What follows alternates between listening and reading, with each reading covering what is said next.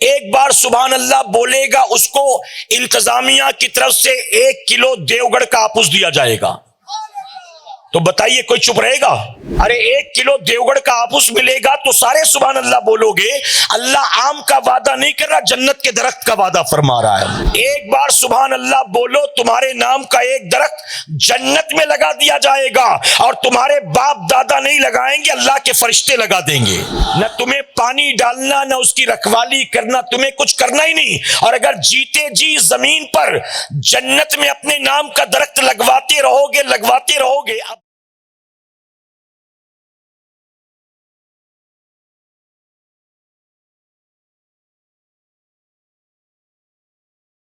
الحمد للہ رب العالمین والعاقبۃ للمتقین والصلاة والسلام علی سید الانبیاء والمرسلین، اما بعد فاعوذ باللہ من الشیطان الرجیم، بسم اللہ الرحمن الرحیم۔ وما ارسلناک الا رحمۃ للعالمین، صدق اللہ مولانا العلی العظیم۔ باد توحید کے متوالو، شمع رسالت کے پروانوں، غوث و خواجہ اور رضا کے چاہنے والوں، آئیے سب سے پہلے ہم اور آپ نہایت ہی ادب اور احترام کے ساتھ اپنے اور ساری کائنات کے مرکز عقیدت جناب محمد الرسول اللہ صلی اللہ تعالی علیہ وسلم کی بارگاہ بے کس پناہ میں جس طرح سے میں آپ کو پڑھاؤں، میرے ساتھ مل کر پورا مجمع بآواز بلند، ہماری مائیں، بہنیں اور بچیاں دھیمی آوازوں سے درود شریف کا نذرانہ پیش کرنے کی کوشش کریں۔ پڑھیں الصلاۃ والسلام علیک یا رسول اللہ، الصلاۃ والسلام علیک یا حبیب اللہ، الصلاۃ والسلام علیک یا نبی اللہ، وعلی آلک واصحابک یا نور اللہ، صلی اللہ تعالی علیہ وسلم۔ رب کعبہ کی بارگاہ میں دعا ہے، مولا اپنے حبیب صاحب لولاک صلی اللہ تعالی علیہ وسلم کے صدقہ طفیل ہم تمام حاضرین اور سامعین کو تو دم واپسی تک حق کہنے، حق سننے اور اپنے حق والے بندوں کے دامن سے وابستہ رہنے کی توفیق نصیب فرما۔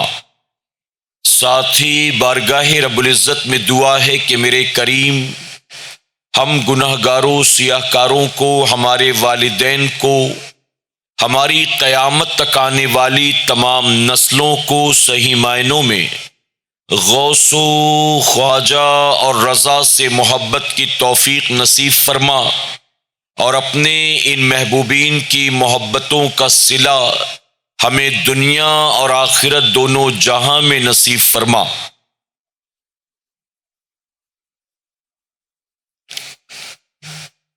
جب سے دل میں غم احمد کو بسا رکھا ہے، جب سے دل میں غم احمد کو بسا رکھا ہے، سلسلہ میں نے مدینے سے ملا رکھا ہے۔ جب سے دل میں غم احمد کو بسا رکھا ہے، سلسلہ میں نے مدینے سے ملا رکھا ہے، اور ہاں وہ آتے ہیں ابھی آئیں گے آتے ہوں گے، ہاں وہ آتے ہیں ابھی آئیں گے آتے ہوں گے، بس یہی سوچ کر محفل کو سجا رکھا ہے۔ اور سنا ہے آپ ہر عاشق کے گھر تشریف لاتے ہیں، سنا ہے آپ ہر عاشق کے گھر تشریف لاتے ہیں، کبھی میرے بھی گھر میں ہو چراغاں یا رسول اللہ صلی اللہ علیہ وسلم۔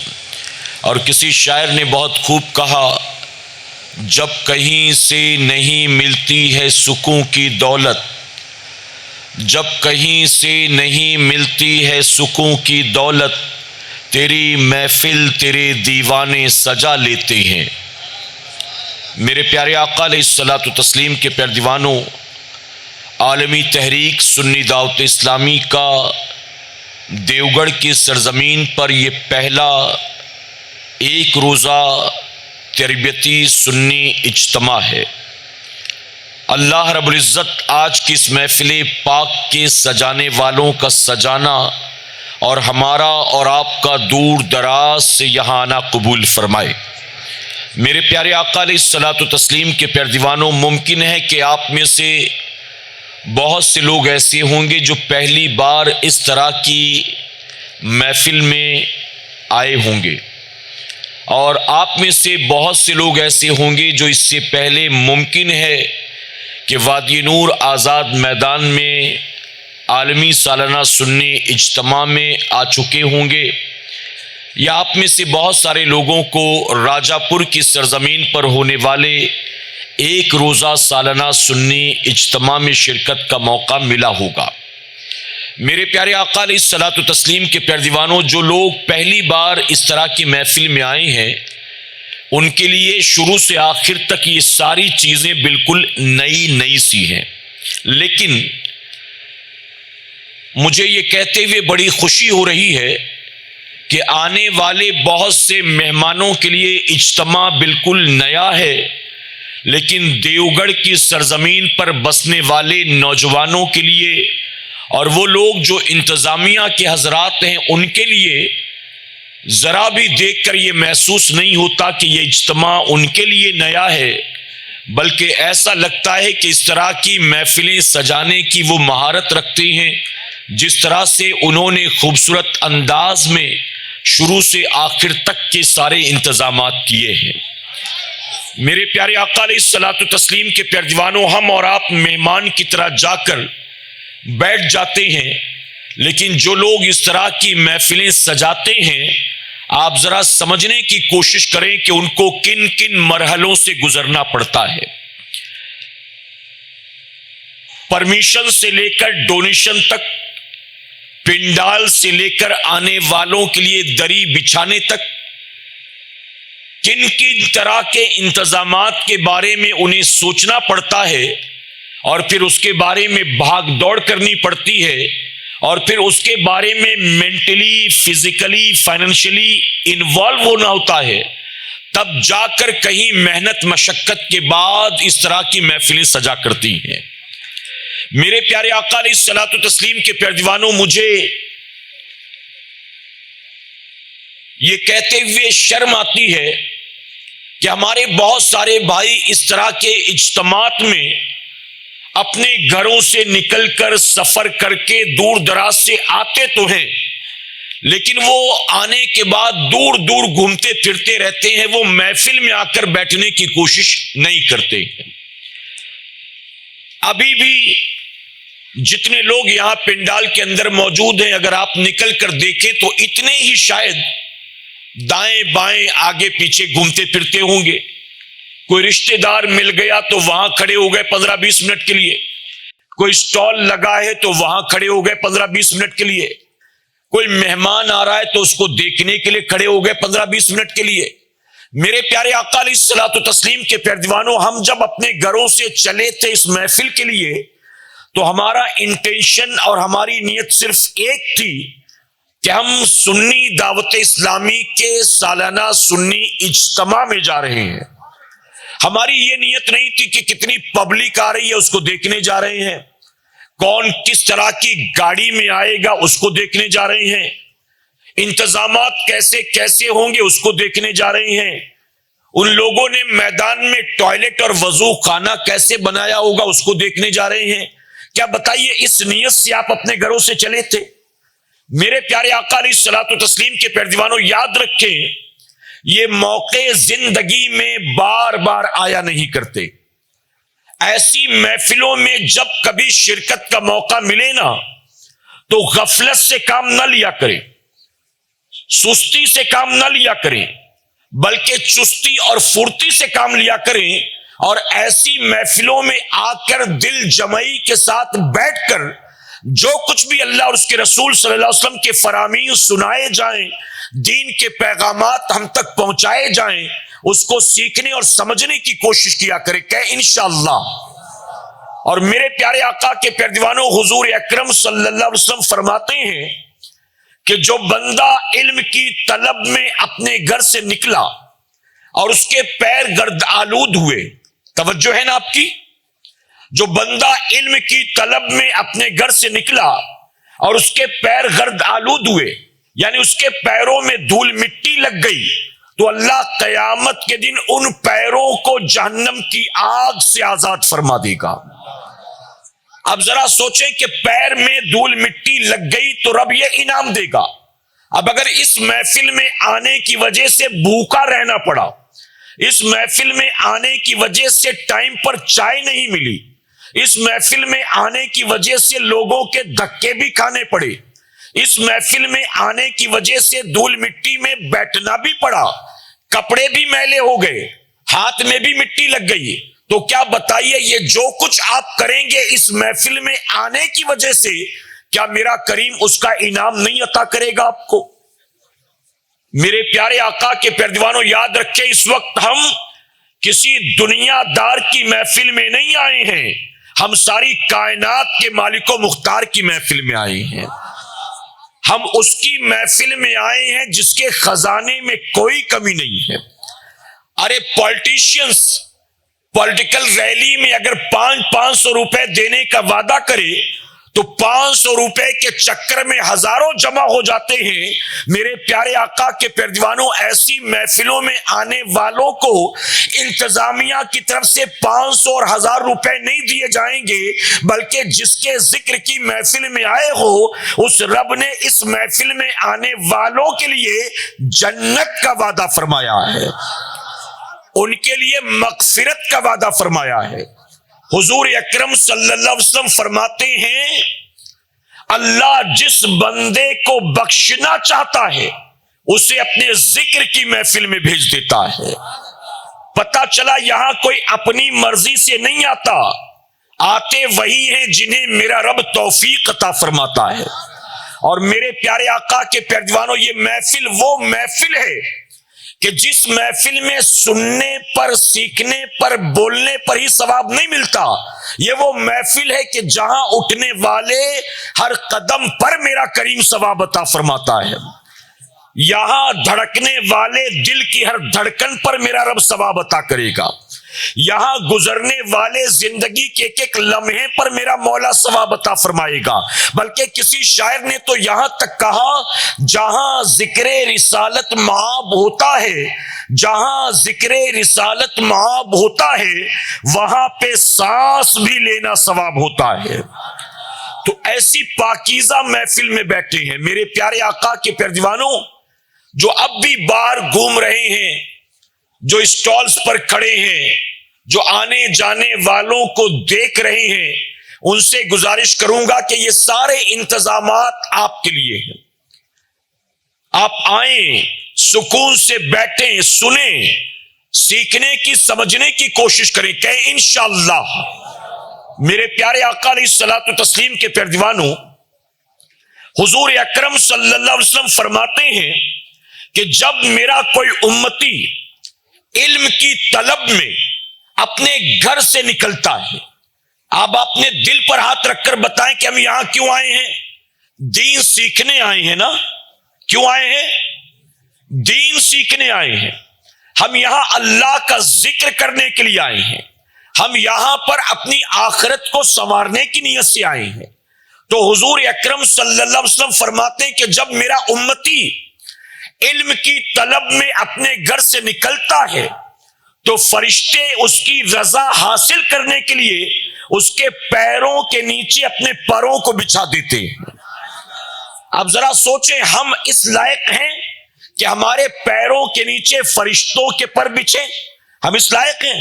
میرے پیارے آقا کے پیارے دیوانوں، یقیناً ہم اس لائق نہیں ہیں کہ ہمارے پیروں کے نیچے فرشتوں کے پر بچھائے جائیں، لیکن پھر بھی فرشتے اگر پر بچھاتے ہیں تو اپنا کوئی کمال نہیں ہے۔ جس نبی کے دین کو سیکھنے نکلے ہو اس کے صدقے میں آج فرشتے ہم گناہ گاروں کے پیروں کے نیچے بھی اپنے پروں کو بچھا رہے ہیں۔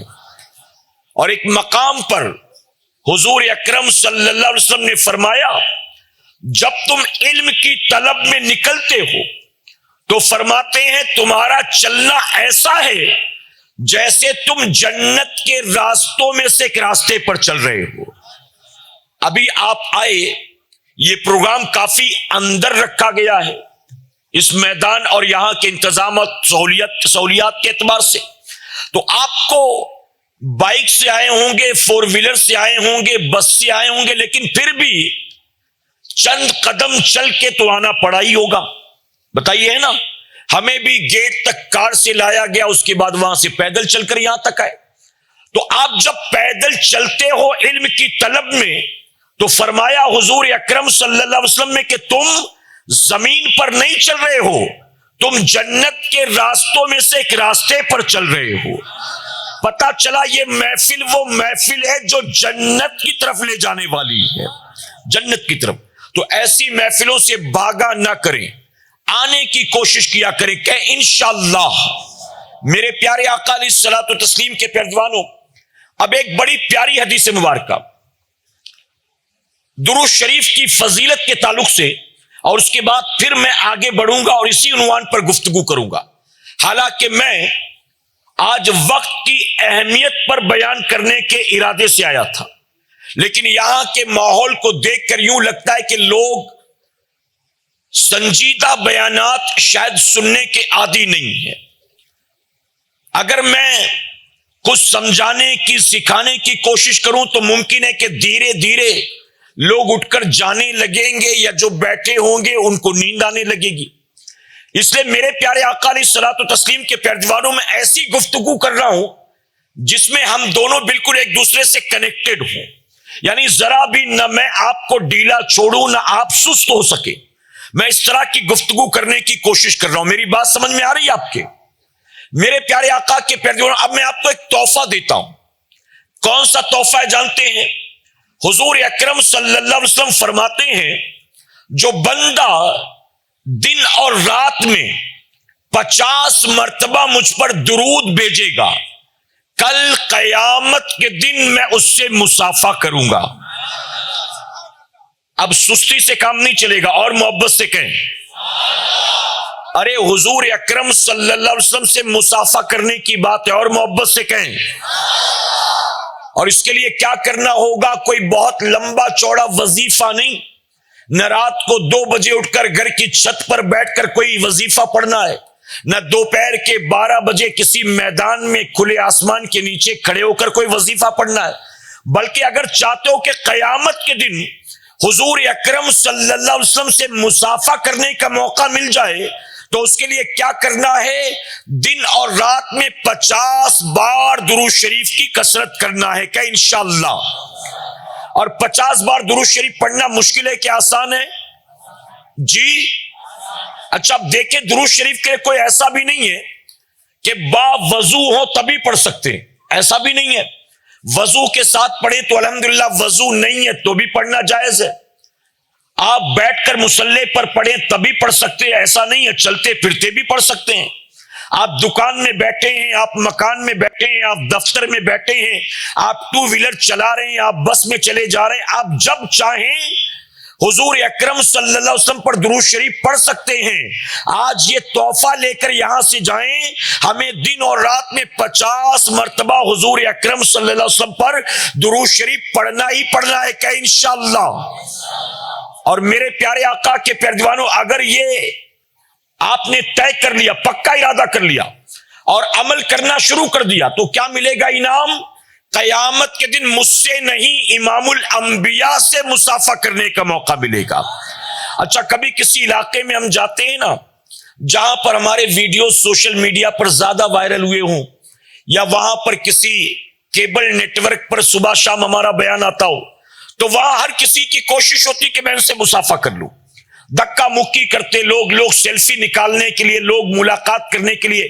آپ ذرا سوچیں کہ ہم جیسوں سے مصافحہ کرنے کے لیے لوگ ٹوٹ پڑتے ہیں, دکا مکی کرتے. کیونکہ وہ یہ سمجھتے ہیں کہ یہ نیک لوگ ہیں, اچھے لوگ ہیں, یہ مولانا لوگ ہیں, یہ مبلغ لوگ ہیں, یہ اچھی باتیں کرتے. تو لوگ ہم جیسوں سے مصافحے کی تمنا کرتے ہیں. آپ سوچیں اس بندے سے زیادہ خوش نصیب کون ہو سکتا ہے کہ قیامت کے دن جس سے خود میرے نبی مصافحہ فرمائیں گے.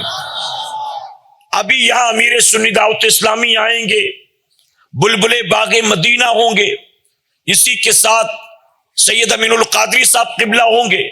تو لوگ کوشش کریں گے کہ ان سے مصافحے کا موقع مل جائے. میرے پیارے آقا کے پیروانوں, ہم سے مصافحہ کر بھی لیں یا ہم سے مصافحہ کرنا مس بھی ہو جائے تو کوئی نقصان نہیں ہونا ہے. لیکن قیامت میں اگر حضور سے مصافحہ سارے کریں اور ہم نہ کر سکیں, اس سے بڑا کوئی نقصان ہوگا بھلا بتاؤ؟ کہ سارے کر رہے ہیں اور ہم کو سائیڈ لائن کر دیا گیا کہ تو نہیں کر سکتا ہے, تو چل وہاں. تو بتائیے ہم سے بڑا بھی کوئی کم نصیب ہوگا؟ تو اگر چاہتے ہیں کہ قیامت میں حضور اکرم صلی اللہ علیہ وسلم سے مصافحہ کرنے کا موقع ملے تو کیا کریں گے؟ دن اور رات میں 50 مرتبہ درود شریف کی عادت بنائیں گے کہ انشاءاللہ. اور سنی دعوت اسلامی دیوگڑھ کی سرزمین کے اس پہلے سنی اجتماع کا یہ تحفہ اپنے ساتھ لے کر جائیں. آپ اٹھتے بیٹھتے چلتے پھرتے کم سے کم دن رات میں 50 بار درود شریف پڑھیں گے کہ انشاءاللہ. اچھا, اگر آپ ہم سے مصافحہ کریں گے بھی تو مصافحے کے بعد میں دائیں جاؤں گا, آپ بائیں جائیں گے, آپ اپنے گاؤں جائیں گے, میں بمبئی ریٹرن جاؤں گا, یہی ہوگا نا. لیکن جو حضور اکرم صلی اللہ علیہ وسلم سے مصافحہ کرے گا اس کا معاملہ ایسا نہیں ہوگا. آقا فرماتے ہیں جو دن اور رات میں 50 مرتبہ مجھ پر درود بھیجے گا کل قیامت میں اس سے مصافحہ کروں گا. اور آگے فرماتے ہیں جس سے میں مصافحہ کروں گا اسے اپنے ہاتھوں سے حوض کوثر کا جام بھی پلاؤں گا. یعنی یہ نہیں کہ مصافحہ ہوا تو اپنے رستے نہیں, فرماتے اسے حوض کوثر کا جام بھی پلاؤں گا. محبت سے کہیں میرے پیارے آقا علیہ الصلوۃ والتسلیم کے پیروانوں, آپ کے یہاں بامبے کے مقابلے گرمی زیادہ ہوتی ہوگی نا. یہاں ٹیمپریچر کتنا تک جاتا ہے آپ ذرا سوچیں. بامبے میں 34, 36, 37, 38 ہو جائے تو لوگ پریشان. یہاں تو 40-42 ڈگری تک ٹیمپریچر چلا جاتا ہے. اب ایسی گرمی میں اگر بتائیے کسی پیاسے کو پینے کے لیے پانی نہیں ٹھنڈا شربت کوئی دے دے تو اب اس سے بڑا بھی کوئی مہربان ہو سکتا ہے ایسے موسم میں؟ اس سے بڑا بھی. میرے پیارے آقا کے پیروانوں, اگر کسی پیاسے کو پینے کے لیے کوئی ٹھنڈا پانی لا کر دے دے, کوئی شربت کا پیالہ لا کر دے دے تو آپ ذرا سوچیں کہ اس کے دل میں اس پلانے والے کے لیے کتنی محبت پیدا ہوگی. آقا فرماتے میں قیامت میں, اور قیامت کا دن آپ جانتے ہیں وہ دیوگڑھ کی گرمی والا نہیں ہوگا, وہ راجہ پور اور سندھ کی گرمی والا نہیں ہوگا, وہ بمبئی والا کلائمیٹ اور موسم نہیں ہوگا, بلکہ قیامت کا دن جانتے کیسا ہوگا؟ جب سورج سوا نیزے پر ہوگا, زمین پتھر کنکر دھول مٹی کی نہیں تانبے کی ہوگی. ایسے میں نبی فرماتے ہیں ایسے میں اپنے اس امتی کو اپنے ہاتھوں سے آب کوثر کا جام پلاؤں گا, اپنے ہاتھوں سے. جس سے مصافحہ کروں گا اسے آب کوثر بھی پلاؤں گا. اور صرف یہ نہیں کہ چلو آب کوثر پی لیا اب چھٹی, تم چلو میں چلا, نہیں. آگے آقا فرماتے جس سے میں مصافحہ کروں گا اس کو آب کوثر بھی پلاؤں گا, اور جس کو آب کوثر پلاؤں گا اس کی شفاعت کرا کے اسے اپنے ساتھ جنت میں لے کر جاؤں گا. اب دن اور رات میں 50 مرتبہ درود شریف پڑھنے پر اتنے انعامات, بتائیے سستا سودا ہے کہ مہنگا سودا ہے؟ جی. اب پھر بھی نہ کر سکے تو ہم سے بڑا کوئی کم نصیب ہوگا؟ تو آج یہ طے کر کے جائیں کہ 50 مرتبہ درود شریف پڑھنا ہی پڑھنا ہے کہ انشاءاللہ. اور میرے پیارے آقا کے پیارے دیوانوں، درود شریف وہ عمل ہے، روزی میں برکت چاہتے ہو تو درود شریف پڑھو، ڈپریشن سے نجات چاہتے ہو تو درود شریف پڑھو، اولاد نافرمان ہے فرما بردار بنانا چاہتے ہو تو درود شریف پڑھو، گناہوں کی لت پڑ گئی ہے اگر چاہتے ہو کہ اللہ توبہ کی توفیق دے دے تو اس نیت سے درود شریف پڑھو۔ ارے فرمایا گیا کہ روزی میں برکت چاہتے ہو تو درود شریف پڑھو، کوئی چیز کھو گئی ہو نہ ملتی ہو اس کو تلاش کرنے کی نیت سے درود شریف پڑھو۔ درود شریف وہ عمل ہے کہ بندہ جس نیت سے پڑھتا ہے اللہ نیت ہی کے اعتبار سے اس کو اس کا بدلہ عطا فرماتا ہے۔ تو یہ تحفہ ہے، لے کر جانا 50 مرتبہ درود شریف کا انشاءاللہ۔ اچھا، یہ 3 انعامات تو وہ ہیں جس کا حضور نے اعلان کر دیا، لیکن ایک انعام اس کے پیچھے چھپا ہوا ہے اور وہ مومن کے لیے سب سے بڑا انعام ہے۔ حضور فرماتے میں مسافہ کروں گا، میں اس کو حوض کوثر کا جام پلاؤں گا، میں اس کی شفاعت کرا کے اسے جنت میں لے کر جاؤں گا۔ 50 مرتبہ درود شریف پڑھنے والے کے لیے نبی نے ان انعامات کا وعدہ کر لیا، لیکن ایک سب سے بڑا انعام جو ان انعامات کے پیچھے چھپا ہے ہم نے شاید اس کی طرف توجہ نہیں دی۔ اب آپ دل پر ہاتھ رکھ کر مجھے بتائیں، کل قیامت میں حضور اپنے گستاخ سے مصافحہ کریں گے؟ کیا بتائیے کسی مشرک کو آب کوثر پلائیں گے؟ کیا بتائیے کسی باغی کو، کسی غدار کو حضور جنت میں لے کر جائیں گے؟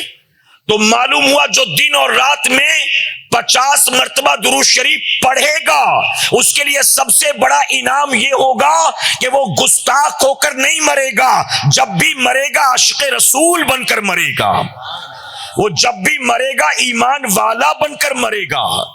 تو اب 50 بار درود شریف کی عادت کا انشاءاللہ۔ اب میرے پیارے آقا کے پیارے اور ایک دوسری بات، آج میں آپ سے انٹریکٹ کر رہا ہوں، تقریر نہیں کر رہا ہوں، آپ کو سمجھنے کی کوشش کر رہا ہوں اور کچھ آپ کو سمجھانے کی کوشش کر رہا ہوں، اور دھیرے دھیرے دیکھ رہا ہوں کہ لوگ آ کر بیٹھ رہے ہیں۔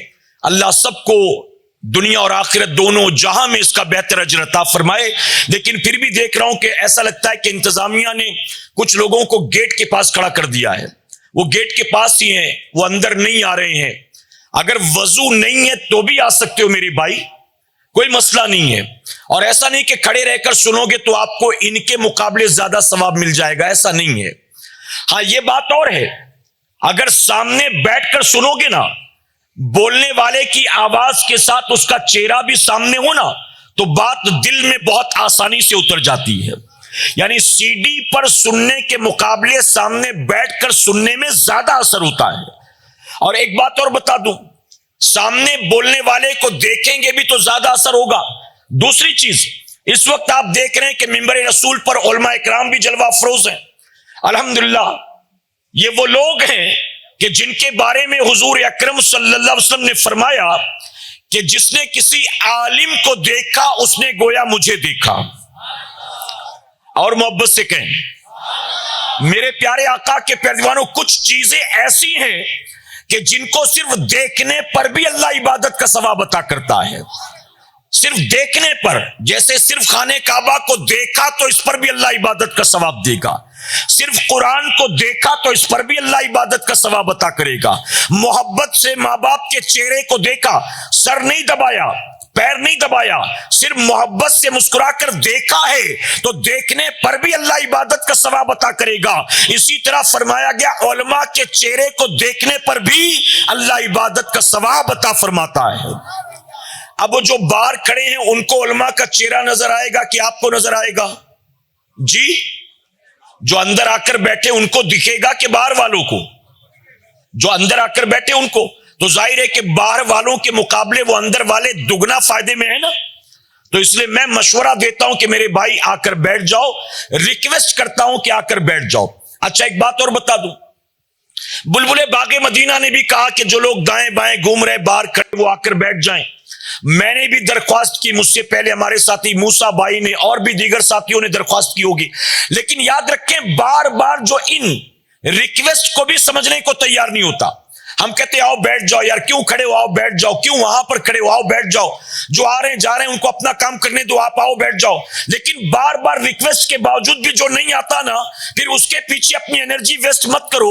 اس کی وجہ کہ جس کو درخواست سمجھ میں نہیں آتی اس کو تقریر کہاں سے سمجھ میں آنے والی ہے، اس کو بیان کہاں سے سمجھے گا؟ تو بہتر ہے اس کو وہیں رہنے دو. اس کو تو ایک ریکویسٹ سمجھ میں نہیں آ رہی کہ آ کے بیٹھ جا. اب بیٹھنا سمجھ میں نہیں آ رہا ہے، اس کو کہیں گے نماز ایسے پڑھنی چاہیے، قرآن ایسے پڑھنا چاہیے، اس کو یہ سب کہاں پلے پڑنے والا ہے؟ میرے پیارے آقا کے پیارے دیوانوں، اب دوسری بات جو عرض کرنے جا رہا تھا، اجازت ہے آپ کی؟ جن کو میری باتیں سمجھ میں آ رہی ذرا وہ کہیں سبحان اللہ. میرے پیارے آقا علیہ الصلوۃ والتسلیم کے پیارے دیوانوں، ہم اس وقت دیوگڑھ کے پہلے سالانہ سنی اجتماع میں بیٹھے ہیں، ایک گراؤنڈ میں بیٹھے ہیں، بتائیے ہے نا؟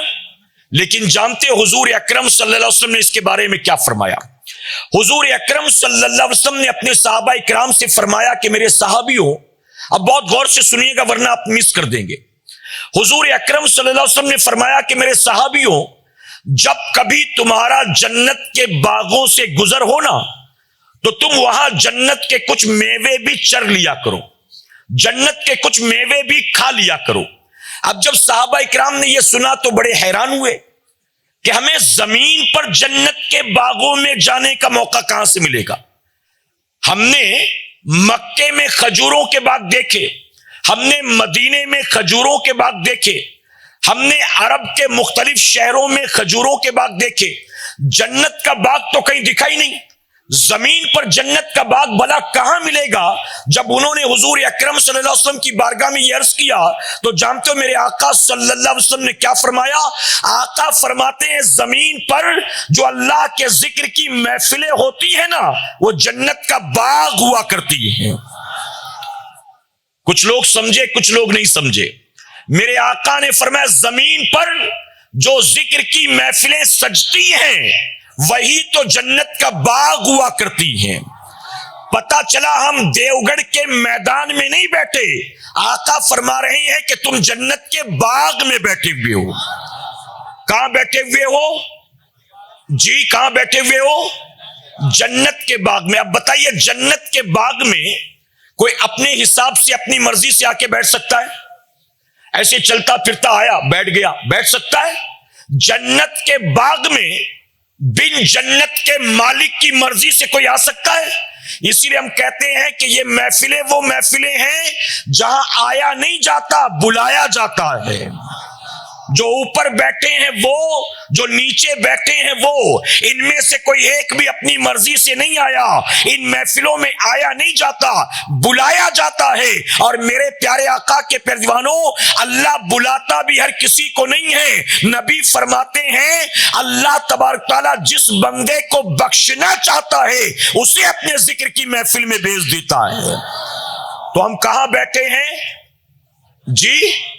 جنت کے باغ میں.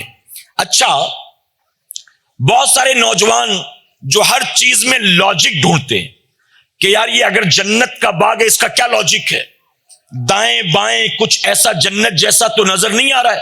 وہی میرا دوست بیٹھا ہے، وہی امام صاحب بیٹھے ہوئے، وہی میرا پڑوسی بیٹھا ہوا ہے، وہی زمین ہے، دری ہے، دھول مٹی ہے، وہی سر پر پنڈال. جنت کا باغ ہے تو جنت جیسا کچھ نظر تو آنا چاہیے.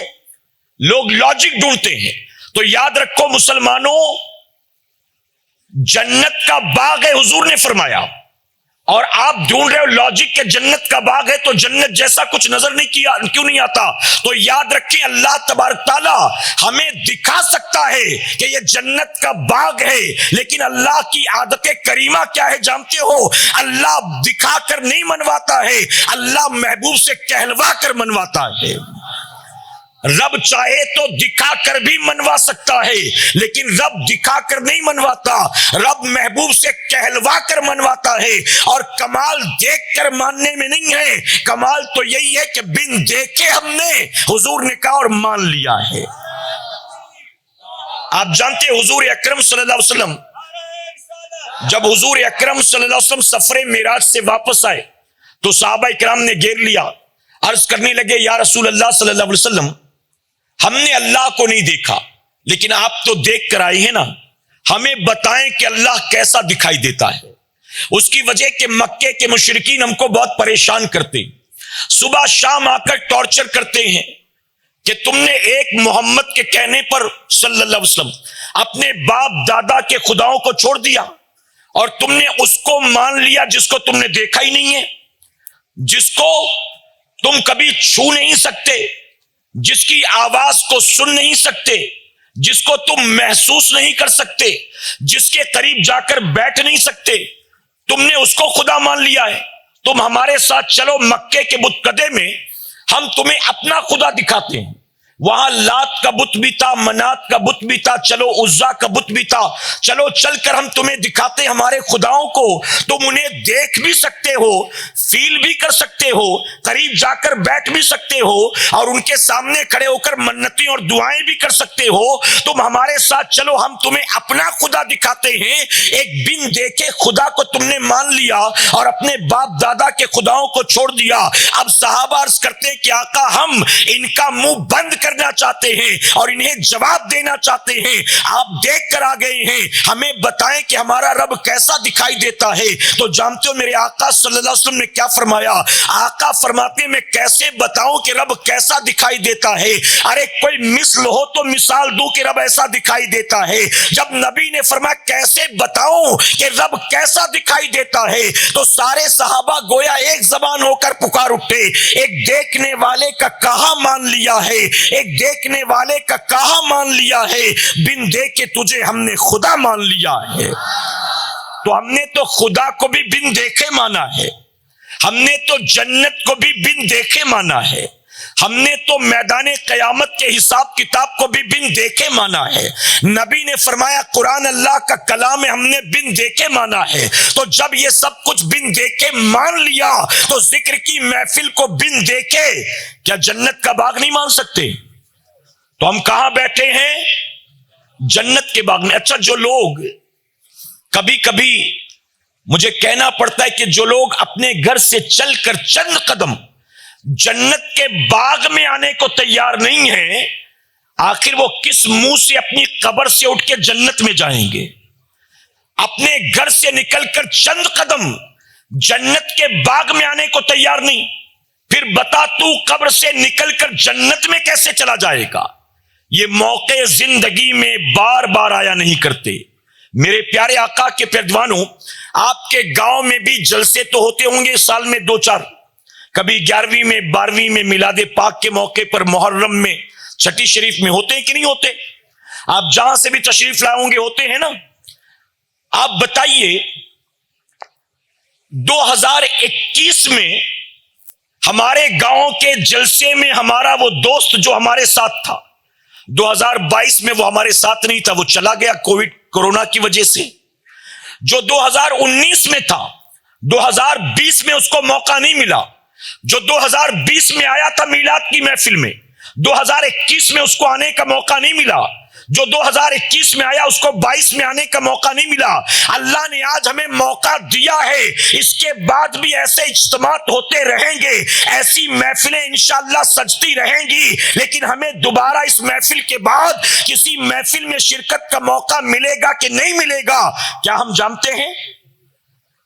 تو یہ موقع زندگی میں بار بار آیا نہیں کرتے۔ جب بھی ایسی محفلیں سجے، بھاگا نہ کرو، آیا کرو، کہیں انشاءاللہ، اور محبت سے کہیں انشاءاللہ۔ اور میرے پیارے آقا کے پیارے دیوانوں، اب ایک بات اور، علماء موجود ہیں، علماء کی موجودگی میں بات محبت کی ہے، فتویٰ نہ لگائے کوئی۔ آپ نے یہ سنا ہوگا کہ کل قیامت کے دن جہنمیوں کو جب جہنم میں جھونک دیا جائے گا اور جنتیوں کو جنت میں داخل کر دیا جائے گا، یعنی حساب کتاب ہو گیا، جہنمی گئے جہنم میں، جنتی گئے جنت میں۔ اب اس کے بعد یہ حدیث مبارکہ میں آتا ہے کہ کئی ایسے ہوں گے جہنمی کہ حضور اکرم صلی اللہ علیہ وسلم کی شفاعت کے صدقے ان کو جہنم سے نکال کر جنت میں داخل کر دیا جائے گا۔ اور کئی جہنمی ایسے ہوں گے کہ جن کے سینے میں رائی کے دانے کے برابر ایمان ہوگا، تو انہیں بھی جہنم سے نکال کر جنت میں داخل کر دیا جائے گا۔ تو یہ تو پاسبل ہے کہ قیامت میں حساب کتاب کے بعد بہت سے جہنمیوں کو جہنم سے نکال کر جنت میں داخل کر دیا جائے گا، لیکن یہ کبھی نہیں ہوگا کہ ایک بار جو جنتی جنت میں چلا گیا پھر اس کو جنت سے نکال کر جہنم میں ڈالا جائے۔ ارے جہنمی تو جہنم سے نکل کر جنت میں جائے گا حضور کی شفاعت کے صدقے میں، لیکن جو جنتی چلا گیا اب اس کو جنت سے نکالا نہیں جائے گا۔ اب اے مسلمانوں، یہاں معلوم ہوا ارے جسے رب نے جیتے جی زمین پر جنت کے باغ میں بیٹھنے کا موقع دے دیا ہے، حبیب فرماتے ہیں یہ جنت کا باغ ہے۔ ہم جیسے گناہگاروں کو جب میرے کریم رب نے زمین پر جنت کے باغ میں بٹھا دیا تو یقیناً مرنے کے بعد بھی وہ ہمیں جنت سے نہیں نکالے گا، ہمیں جنت ہی میں داخل فرمائے گا۔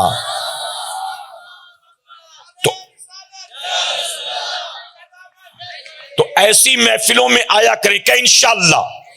اب اسی کے تعلق سے دو باتیں اور، اجازت ہے آپ کی میرے پیارے آقا کے پیارے، یہ زمین، یہ دیوگڑھ کا میدان جنت کا باغ کیسے بنا؟ آپ کے میرے آنے سے نہیں، اللہ کے ذکر کی برکت سے بن گیا ہے۔ پتا چلا جس زمین کے حصے پر رب کا ذکر کر دیا جائے وہ حصہ جنت کا باغ بن جاتا ہے۔ ہم میدان میں، چوک چوراہے پر، گلی کوچوں میں جا کر ذکر چھیڑ دے رب کا تو نبی فرماتے پھر وہ زمین کا حصہ جنت کا باغ بن جاتا ہے۔ ارے جب جنت زمین پر ایمان والے اللہ کا ذکر کر کے ایک میدان کو، ایک زمین کے حصے کو جنت کا باغ بنا سکتے ہیں، اگر ہم اپنے گھروں میں بھی صبح شام اللہ کا ذکر کریں گے اللہ ہمارے گھروں کو بھی جنت کا باغ بنا دے گا۔ اور جب ذکر کی برکت سے گھر جنت کا باغ بنے گا تو وہاں نحوست نہیں ہوگی، اللہ کی رحمت کا نزول ہوگا۔ جب ذکر کی برکت سے گھر جنت کا باغ بنے گا تو میاں بیوی میں جھگڑے نہیں ہوں گے، اللہ دلوں میں محبت پیدا فرمائے گا۔ جب ذکر کی برکت سے گھر جنت کا باغ بنے گا تو وہاں شیطان نہیں رہے گا، وہاں سے شیطان بھاگ جائے گا، اللہ کی رحمت کے فرشتے اترا کریں گے انشاءاللہ۔ تو گھروں میں بھی ذکر کی عادت بنائے کہ انشاءاللہ۔ اب دوسری بات جو عرض کرنے چلا تھا، میرے پیارے آقا کے پیارے دیوانوں، میں اپنی قوم کے جوانوں سے کہتا ہوں، رات بھر پب جی کھیلنے والوں سے، ٹک ٹاک کے چکر میں جوانی کی راتیں برباد کرنے والوں سے، اللہ رسول کی نافرمانی نفس کے لیے کر کے اپنی آخرت کو تباہ برباد کرنے والوں سے، وہ جو پوری رات یوٹیوب پر گندی گندی فلمیں ڈھونڈتے رہتے ہیں، جو کچھ نہیں تو کسی کا ریل، کسی کا ڈی پی، کسی کی سٹوری، کسی کا اسٹیٹس، کسی کا پروفائل، اسی میں اپنی راتوں کو برباد کرتے ہیں۔ کوئی فیس بک پر لگا رہتا ہے، کوئی واٹس ایپ پر لگا رہتا ہے، کوئی یوٹیوب پر لگا رہتا ہے۔ میرے پیارے آقا علیہ الصلوۃ والتسلیم کے پیارے دیوانوں، اب اگر اس میدان میں آ کر بیٹھ گئے ہو، اللہ کے حبیب فرماتے ہیں یہ جنت کا باغ ہے، اب یہاں سے اٹھ کر جانا تو یہ سوچ کر جانا میں جنت کے باغ سے ہو کر آ رہا ہوں۔ اللہ نے مجھے آج جنت کے باغ میں بیٹھنے کا موقع دیا، میں جنت کے باغ سے اٹھ کر آ رہا ہوں۔ اب میں جنت کے باغ سے نکلنے کے بعد جہنم میں جانے والا کام نہیں کروں گا، اب جیوں گا بھی تو جنتیوں کی طرح اور مروں گا تو بھی جنتیوں کی طرح انشاءاللہ۔ تو یہاں سے جا کر جہنمیوں والا کام نہیں کرنا کہ انشاءاللہ۔ اور جنت میں جانے کے لیے کیا کرنا ہے؟ کوئی راکٹ سائنس نہیں ہے، کچھ ایسا نہیں ہے کہ کر ہی نہیں سکتے، نہیں میرے پیارے آقا کے پیارے دیوانوں، اللہ اور اس کے رسول صلی اللہ علیہ وسلم کی اطاعت کرو، اپنے نفس پر قابو رکھو، جن چیزوں کو شریعت نے حرام قرار دے دیا اس سے اپنے آپ کو بچاتے رہو۔ یقین جانو اللہ تبارک تعالیٰ نے جنت یہود و نصارہ کے لیے پیدا نہیں کیا ہے، اپنے حبیب کی امت کے لیے پیدا کیا ہے۔ ارے تم نہیں جاؤ گے جنت میں تو کون جائے گا؟ لیکن دن رات تم کام کرو جہنم کے اور تمنا کرو جنت کی، تم دعائیں کرو جنت کی اور گناہ پر گناہ کرتے رہو، زندگی گزرے یزید پلیت کی طرح، زندگی گزرے اللہ رسول کے نافرمان و باغیوں کی طرح، اور دعا کرو کہ اللہ جنت میں داخل کر دے، اللہ جنت عطا فرما دے۔ تو آج طے کر کے اٹھنا کہ جنت کے باغ سے ہو کر آتے ہیں، اب جہنمیوں کے نقش قدم پر نہیں چلیں گے، اب چلیں گے تو غوث و خواجہ کے راستے پر چلیں گے انشاءاللہ۔ ارادہ کرتے ہیں انشاءاللہ۔ ایک مرتبہ درود شریف پڑھ لیں آپ۔ اللہ رب محمد صلی اللہ علیہ وسلم نحن عباد محمد صلی اللہ علیہ وسلم. اچھا میری یہ باتیں سمجھ میں آئی؟ یہ تمہید تھا. اب آئیے جو اصل بات سمجھانے چلا ہوں اب اس کی طرف چلتے ہیں. اجازت ہے آپ کی؟ ذرا محبت سے کہیں. آپ تھکے تو نہیں نا؟ مجھے نہیں لگتا کہ صبح 10 بجے سے بیٹھے ہوں گے آپ, کیونکہ میں دیکھ رہا ہوں دھیرے دھیرے انسٹالمنٹ میں لوگ آ رہے ہیں. 5 آدمی آئے, 10 آدمی, کچھ ظہر کے بعد, کچھ عصر کے بعد, کچھ مغرب کے بعد, تو ابھی دھیرے دھیرے آ رہے ہیں. تو آپ تو ابھی آئیں تو فلی چارج ہونا چاہیے آپ کو نا. بتائیے ہے کہ نہیں؟ ابھی سے آپ اگر سستی محسوس کریں گے تو کیسے کام چلے گا؟ میرے پیارے آقا علیہ الصلوۃ والتسلیم کے پیارے دیوانوں, ابھی تو آپ کو مرکزی خطابات سننے ہیں. اب تک آپ نے ہم فقیروں کو سنا, ابھی آپ کو ہمارے امیر کو سننا ہے. محبت سے کہیں میرے پیارے آقا کے پیارے دیوانوں, اور ہمارے امیر وہ ہیں کہ جن کی جوتیاں اٹھا کر ہم نے بولنا سیکھا ہے الحمدللہ. جن کی جوتیاں اٹھا کر. ارے ہمارے امیر وہ ہیں کہ جن کی صحبت میں بیٹھنے والا عالمی شہرت یافتہ نعت خواں بلبل باغ مدینہ بن گیا ہے. جن کے بیانات کو سن سن کے اسے ریپیٹ کرنے والا سید امین القادری بن گیا ہے.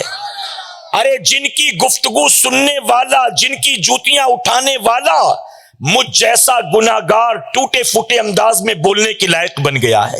تو میرے پیارے آقا کے پیارے جن سے ہم نے سیکھا ہے ان سے آپ کو سننا ہے کہ انشاءاللہ. تو تھوڑا سا فریشنس فیل کریں, تھوڑا سا چارج فیل کریں اپنے آپ کو, اور سستی سے کام نہ لیں. پورا مجمع ایک بار ذرا محبت سے سبحان اللہ کہہ دے.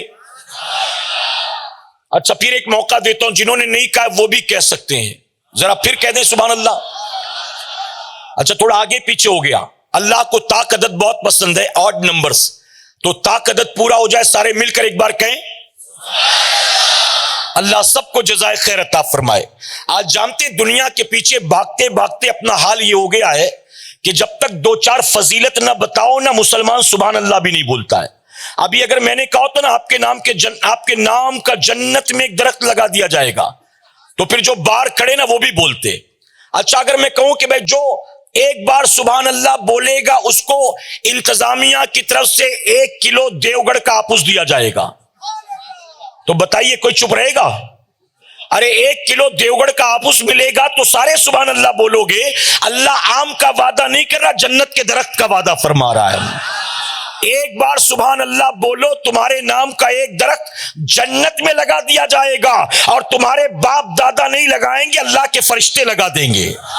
نہ تمہیں پانی ڈالنا, نہ اس کی رکھوالی کرنا, تمہیں کچھ کرنا ہی نہیں. اور اگر جیتے جی زمین پر جنت میں اپنے نام کا درخت لگواتے رہو گے. اب دیکھیں مثال, اجتماع ختم ہوگا تو میں اپنے گھر جاؤں گا, آپ کہاں جائیں گے؟ جی میرے گھر. اپنے گھر نا, ہر کوئی اپنے اپنے گھر جائے گا.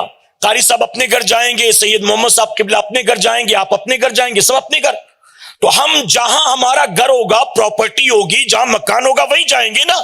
تو میرے پیارے آقا کے پیارے دیوانوں, جب زمین پر بیٹھے بیٹھے اپنے نام کا عمر بھر جنت میں باغ لگاتے رہیں گے تو مرنے کے بعد وہیں جائیں گے جہاں اپنا باغ ہوگا نا. ایسا تو نہیں ہوگا پراپرٹی وہاں ہوگی اور جائیں گے کہیں اور, جہاں فرعون اور نمرود ہوں گے وہاں جائیں گے. ایسا پاسبل ہے؟ تو اس لیے جنت کا باغ لگانے کا موقع ملا, لگاتے رہو جنت میں درخت کہ انشاءاللہ. میرے پیارے آقا علیہ الصلوۃ والتسلیم کے پیارے دیوانوں, اب بہت غور سے سنیے گا. حضور اکرم صلی اللہ علیہ وسلم فرماتے اپنے صحابہ سے مخاطب ہو کر, میرے صحابیوں تم یا تو عالم بننا, میں مفہوم بیان کرتا ہوں, تم یا تو عالم بننا, یا پھر طالب علم بننا, یا پھر علماء کی صحبت میں بیٹھنے والے بننا, یا پھر علماء سے محبت کرنے والے بننا. پھر حضور اکرم صلی اللہ علیہ وسلم نے فرمایا ان 4 میں سے ایک بننا, 5واں مت بننا ورنہ تم ہلاک ہو جاؤ گے. سب سے پہلا فرمایا عالم بننا, یا پھر اسٹوڈنٹ بننا, علم کو حاصل کرنے والے بننا, علم کے طالب بننا, یا پھر علماء کی صحبت میں, ان کی محفلوں میں, ان کے درس میں, ان کی تقریر میں, ان کی تفسیر میں,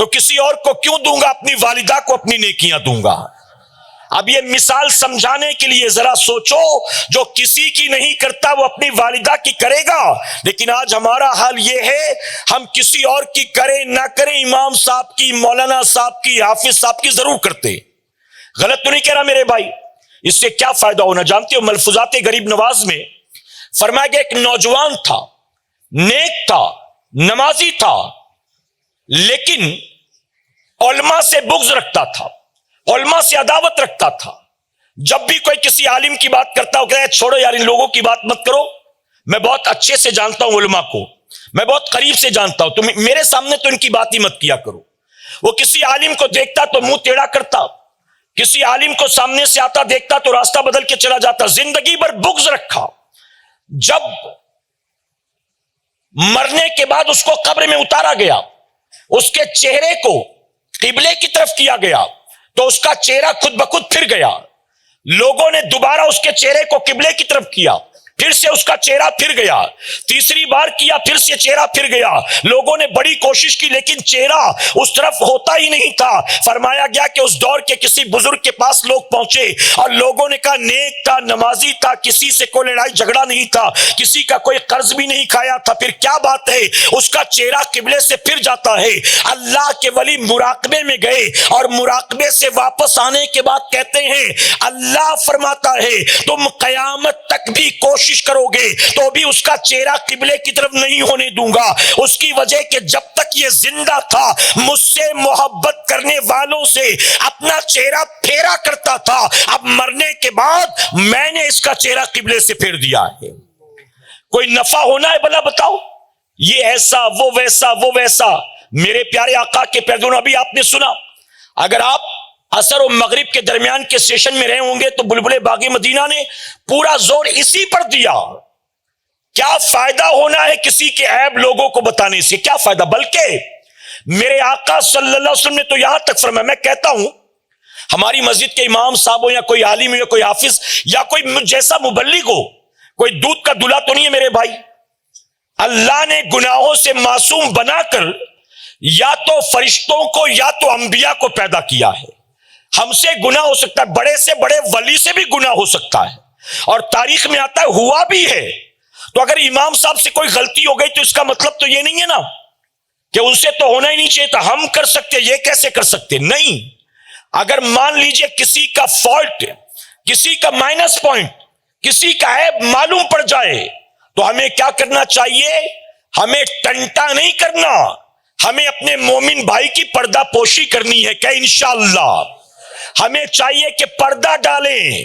میرے پیارے آقا کے پیروانوں، میں معذرت کے ساتھ کہوں گا، چونکہ ہماری مائیں بہنیں بھی سن رہی ہیں، سن لیں۔ بہت ساری عورتوں کی یہ فطرت ہوتی ہے، فلاں کی بہو کیسی، فلاں کی بیٹی کیسی، فلاں کا داماد کیسا، فلاں کا بیٹا کیسا۔ وہ لوگوں سے کہتی پھرتی، ارے دیکھا اس کی بیٹی کالج جاتی ہے، اس کا رنگ ڈھنگ دیکھا، ارے اس کی بہو کا چال چلن دیکھا، مجھے تو پہلے ہی معلوم تھا اس کی بیٹی ایسی نکلے گی، ارے وہ فلاں فلاں کے ساتھ گھومتی ہے، تم کو کیا معلوم۔ بہت سی عورتیں یہی کرتی پھرتی ہیں۔ اے سرکار مدینہ کے پیروانوں، اے خاتون جنت کی کنیزوں، معذرت کے ساتھ کہوں گا، وہ جو عورتیں دوسروں کی بہو بیٹیوں پر زندگی بھر لام تان کرتی رہتی ہیں، ان کی اپنی زندگی میں ان کی بیٹیاں خود ایسا دن دکھاتی ہیں کہ وہ عورتیں خود کسی کو منہ دکھانے کے لائق نہیں رہ جاتی۔ وہ عورتیں خود کسی کو منہ دکھانے کے لائق نہیں رہ جاتی۔ کیا فائدہ ہے؟ جانتے ہو امام مالک رحمت اللہ تعالی کا زمانہ تھا، آپ مدینے کے قاضی تھے۔ ایک عورت کا انتقال ہوا، توجہ ہے آپ کی، ایک عورت کا انتقال ہوا، انتقال کے بعد اسے غسل دینے والی عورت آئی، غسل دیتے دیتے یعنی اس عورت کی میت کو غسل دیتے دیتے غسل دینے والی عورت نے اس مردہ عورت کی ران پر ہاتھ رکھا، اس کی جانگ پر، اور ہاتھ رکھ کر کہا کہ اس عورت کا فلاں فلاں مرد کے ساتھ ناجائز تعلق تھا۔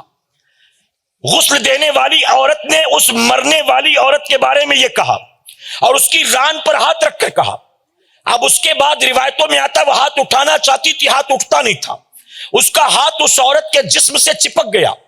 اس نے بڑی کوشش کی، اس عورت کا، مردہ عورت کا جسم کھنچتا لیکن اس کا ہاتھ نکلتا نہیں تھا۔ کچھ عورتوں نے مل کر طاقت لگایا، اس عورت کا بدن کھینچتا لیکن ہاتھ اس کا نکلتا نہیں تھا. ایک دن، 2 دن، 3 دن لوگ پریشان، ہاتھ چھوٹتا نہیں، ہاتھ اس عورت کے جسم میں چپک گیا، نکلتا نہیں. اب یہاں تک کہ اس مردہ عورت کے جسم سے بدبو آنے لگی. لوگ چاہتے تھے دفن کریں، لیکن کریں کیا، مصیبت ایک نہیں آ گئی. اس عورت کے جسم سے بدبو آنے لگی. آخرکار لوگوں نے طے کیا کہ یہ عورت کا ہاتھ جو چپک گیا ہے، اس ہاتھ کو کاٹ دیا جائے اور اس کے ہاتھ کے ساتھ اس عورت کو دفن کر دیا جائے.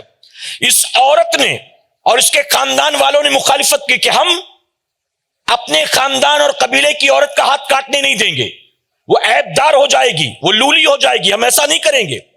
آخرکار لوگوں نے کہا چلو اس عورت کے جسم کے اس حصے کو کاٹ دیں، مردہ عورت کے ران کو کاٹ دیں جہاں پر ہاتھ چپکا ہے. تو اس عورت کے گھر والے، اس کے قبیلے والے کھڑے ہو گئے، ہم میت کو تکلیف نہیں دینے دیں گے. آخرکار معاملہ الجھا، قاضی شہر امام مالک کی بارگاہ میں مقدمہ دائر کیا گیا. آپ نے کہا اس عورت سے پوچھو کہ تو نے کیا اس عورت کی غیبت کی، اس میت کی غیبت کی ہے؟ اس نے کہا ہاں میں نے ایسا ایسا کہا. امام مالک نے کہا اس عورت سے پوچھو جو وہ بہتان لگاتی ہے، اس کے بارے میں اس کے پاس کوئی دلیل ہے، گواہ موجود ہے؟ اس نے کہا میرے پاس کوئی گواہ نہیں. امام مالک نے کہا اس عورت کے پاس کوئی گواہ نہیں اس بات پر، کیا یہ کہہ سکتی ہے کہ اس عورت نے، جو مردہ عورت ہے، اس نے اس کو بتایا تھا کہ فلاں مرد کے ساتھ میرا ناجائز تعلق؟ اس عورت نے کہا نہیں، اس نے بھی مجھے یہ بات بتائی نہیں تھی. یعنی نہ گواہ موجود، نہ میں نے دیکھا، نہ اس نے بتایا. تو امام مالک نے کہا گویا اس نے بہتان لگایا ہے. اب اس عورت کو 80 کوڑے لگاؤ، اس کی سزا یہ ہے 80 کوڑے لگاؤ. اب جب آپ نے سزا سنائی اس عورت کو جس نے مردہ عورت پر بہتان لگایا تھا، اس کو 80 کوڑے لگائے گئے. ایک ایک کر کے کوڑے 70 ہو گئے، 72 ہو گئے، 75 ہو گئے، 78 ہو گئے، 79 ہو گئے. 79 کوڑے لگ گئے لیکن ہاتھ تن سے جدا نہیں ہوا. جیسے ہی 80واں کوڑا لگا، سزا پوری ہوئی، خود بخود اس کے جسم سے اس کا ہاتھ جدا ہو گیا. کیا پتا چلا؟ پتا چلا عیب بتانے میں کوئی ہمیں انعام نہیں ملنا، چھپانے میں. اور میرے آقا نے تو یہاں تک فرما دیا جو اپنے مومن بھائی کے عیب چھپائے گا، قیامت میں اللہ اس کے عیبوں پر پردہ ڈالے گا. اب آخری بات، اجازت ہے آپ کی؟ میرے پیارے آقا علیہ الصلوۃ والتسلیم کے پیروانوں، ہم یہاں جتنے بیٹھے ہیں، کیا ہم دودھ کے دھلے ہوئے لوگ ہیں؟ کیا ہمارے دامن میں گناہوں کے داغ دبے نہیں ہیں؟ یہ تو میرے رب کا بے پناہ کرم اور احسان کہ اس نے ہمارے عیبوں پر پردہ ڈال رکھا ہے.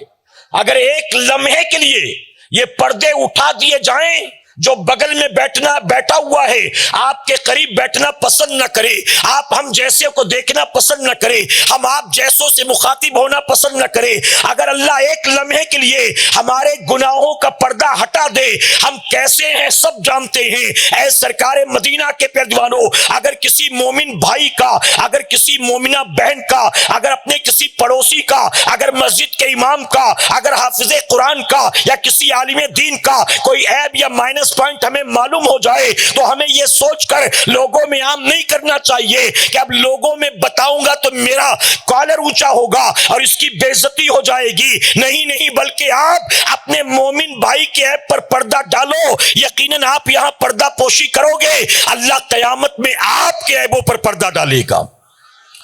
تو ہمیں 4 میں سے ایک بننا. میں نے آخری چیز کو زیادہ ایکسپانڈ کیا کہ 5واں نہیں بننا ہے اور کچھ نہیں کر سکتے.